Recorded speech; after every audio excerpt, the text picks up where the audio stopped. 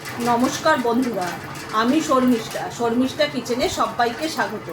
আজকে আমি আপনাদের সঙ্গে একটা দুর্দান্ত রেসিপি শেয়ার করব, ডিমের এক নতুন ধরনের রেসিপি। আর আপনারা যারা ডিম খেতে ভালোবাসেন তারা এই রেসিপিটা একবার অবশ্যই বাড়িতে বানিয়ে খেয়ে দেখবেন। আর ছোটরা তো ডিম খেতে খুবই ভালোবাসে, সেজন্য ওরা তো এই ডিমের এই রেসিপিটা হলে আর কোনো কথাই হবে না। আমরা বাড়িতে প্রায় এই রেসিপিটা করে খাই। আপনারা একবার অবশ্যই এইভাবে ডিমটা বানিয়ে খেয়ে দেখবেন, দুর্দান্ত লাগে। না খেলে আপনারা বুঝবেনই না যে কেমন লাগে। চলুন দেখে নিই। এখানে আমি 6টা ডিম নিয়ে নিয়েছি। ডিমগুলোকে আমি সেদ্ধ করে খোসা ছাড়িয়ে গায়ে আমি কেটে নিয়েছি, তাহলে যেন নুন ঝাল মশলা সব ডিমের মধ্যে ঢোকে। আর এখানে নিয়েছি আমি একটা বড় সাইজের টমেটোটাকে 4 টুকরো করে নিয়েছি। একটা বড় সাইজের পেঁয়াজ নিয়ে নিয়েছি, পেঁয়াজটাকে আমি টুকরো করে নিয়েছি। আর 7টার মতো কাঁচা লঙ্কা নিয়েছি। আর এই রেসিপিটা একটু ঝাল একটু মিষ্টি টক হবে, তাহলে খেতে খুব ভালো লাগবে। আর 1/2 ইঞ্চির মতো আদা নিয়ে নিয়েছি। আর 6 কোয়া থেকে 7 কোয়ার মতো রসুন নিয়ে নিয়েছি। এগুলো আমি মিক্সিতে পেস্ট করে নেব। আর এখানে নিয়ে নিয়েছি আমি ধনেপাতা কুচি, 1 মুঠো ধনেপাতাকে আমি ওগুলোকে কুচি করে ধুয়ে পরিষ্কার করে নিয়েছি। আর এখানে নিয়েছি টক দইটাকে আমি একটু ভালো করে ফেটিয়ে নেব।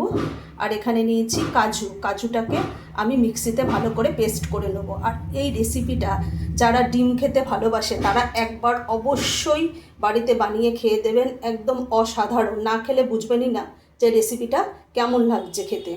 আর খেয়ে আমাকে কমেন্ট করে অবশ্যই জানাবেন। আর ভিডিওটা প্রথম থেকে আপনারা লাস্ট পর্যন্ত অবশ্যই দেখবেন। এখানে আমি 6টা ডিম নিয়ে নিয়েছি। ডিমগুলোতে আমি একটু নুন মাখিয়ে নেব। আমি এখানে হলুদ ব্যবহার করব না, আমি হাত দিয়েই নুনটাকে মাখিয়ে নেব ভালোভাবে। প্রত্যেকটা ডিমের মধ্যেই যেন নুন লাগে।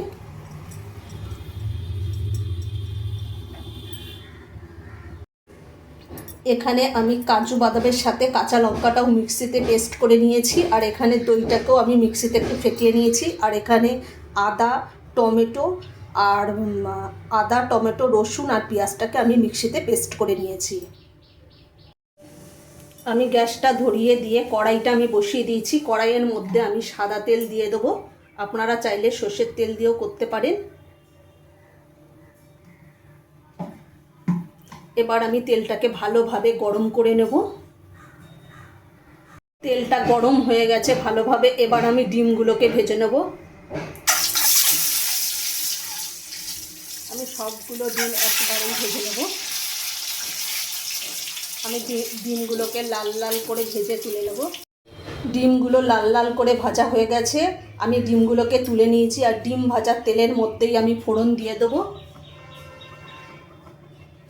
একটা শুকনো লঙ্কাকে আমি অর্ধেক করে নিয়েছি, সেটা দিয়ে দেবো আমি। আর 1 চামচের থেকে অল্প একটু গোটা জিরে দিয়ে দিলাম। এবার গোটা জিরে আর শুকনো লঙ্কাটাকে ভালোভাবে ভেজে নেব।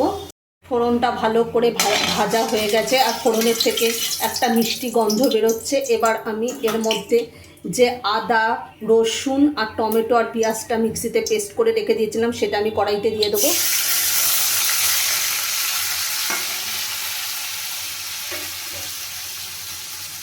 এবার মশলাটা একটু ভেজে নেব। এর মধ্যে আমি কিছু উপকরণ দিয়ে দেবো।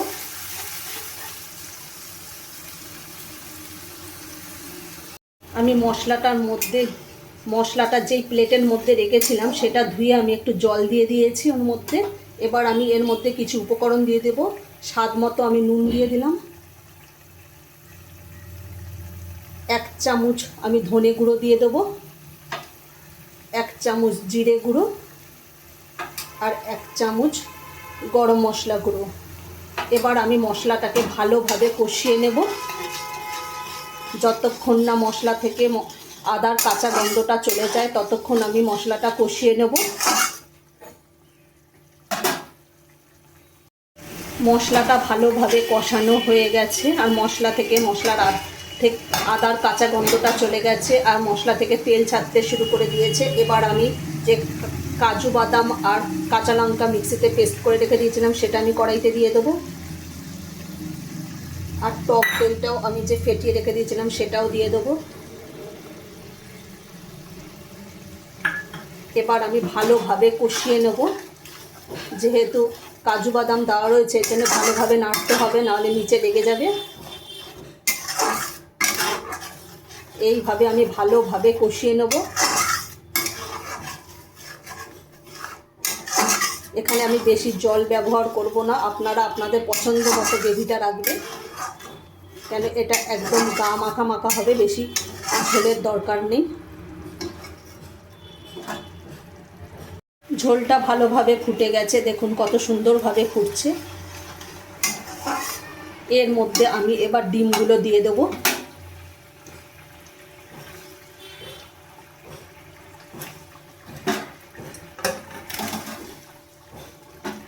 এবার ডিম দিয়ে ভালো করে একটু নাড়িয়ে নেব।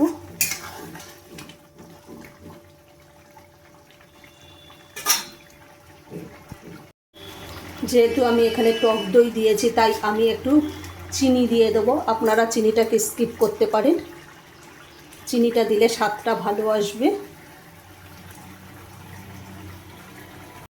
দুর্দান্ত স্বাদের ডিমের আমার এই রেসিপিটা একেবারে রেডি হয়ে গেছে। এবার আমি ওপর থেকে একটু ধনেপাতা কুচি দিয়ে দেবো।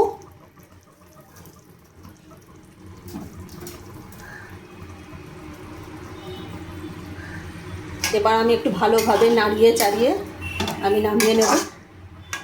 আপনারা একবার অবশ্যই এই ডিমের এই রেসিপিটা অবশ্যই বাড়িতে খেয়ে আমাকে কমেন্ট করে জানাবেন যে কেমন লাগলো।